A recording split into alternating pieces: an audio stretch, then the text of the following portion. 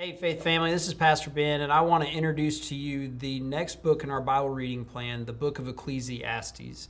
Ecclesiastes is technically anonymous, where its author is identified as the teacher or the preacher who is the son of David.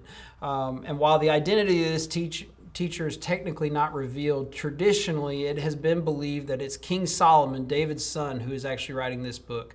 And this makes a lot of sense because Solomon was known for his wealth and his wisdom, and the purpose of Ecclesiastes is to explore what this world has to offer, whether it's wealth or finances or even relationships, and see if there's meaning and purpose in the things of this world. And so it makes sense that Solomon would be counted as the author because he has the means to explore and the interest in the purpose of life. Ecclesiastes examines what the book says is the futility of the life under the sun. And the life under the sun is the author's way of summing up all of life on this earth and in this lifetime. And so he's addressing the experience that we have in a fallen world. And Ecclesiastes demonstrates the emptiness of life apart from knowing God, and serves as a reminder that the pursuit of God and His ways is really the only way to experience true meaning and joy and purpose in this life. Ecclesiastes is written in a poetic language. It's constructed of 12 chapters, and each chapter explores a different avenue of the world that the life under the sun has to offer. And so continually you'll see the phrase over and over again, vanity of vanities, or it is all meaningless. Solomon is regularly concluding, after exploring wealth and relationships and finances and all these things that the world has to offer, he concludes that it's all meaningless, that the life under the sun is meaningless. So there's several key themes to keep in mind as you read this book. First, we see very quickly that the world is corrupted by sin. And as a result, this life that we experience and on this world can feel very burdensome, toilsome, and even empty.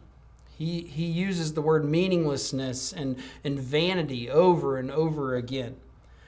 Secondly, a key theme that we see here is that joy is not found in our relationships or in our finances or in our status or the pleasures that this world has to offer. Solomon refers to pursuing what this world has to offer as chasing after the wind, that we are seeking to satisfy the longing of our souls with something that cannot do that. It will not satisfy us, and it leaves us longing for more. It's a chasing after the wind. Third theme that we see in Ecclesiastes is that God encourages us to enjoy life and His creation. So Ecclesiastes sounds like a depressing book, but it's not meant to be nihilistic in its tone. It's not meant to say that you can't enjoy life. What Ecclesiastes is exploring is God has given us good gifts, but if we seek to find ultimate meaning and purpose by pursuing those gifts, we will be left empty. And that brings us to the final and most important theme of this book, that true joy can only be found by knowing the Lord and keeping His commandments.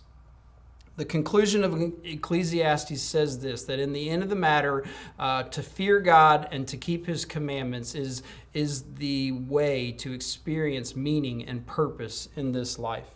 Ecclesiastes points us to the fact that we were created for more than this world has to offer. We are created to know God and to have relationship with Him.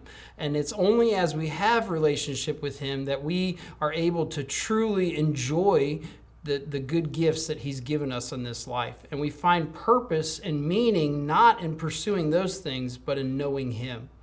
And this relationship with God is only made possible through His Son, Jesus Christ. So as you read the book of Ecclesiastes, spend some time thanking God for making a way for you to be forgiven of your sins and to find ultimate purpose and meaning in your life through faith in Jesus.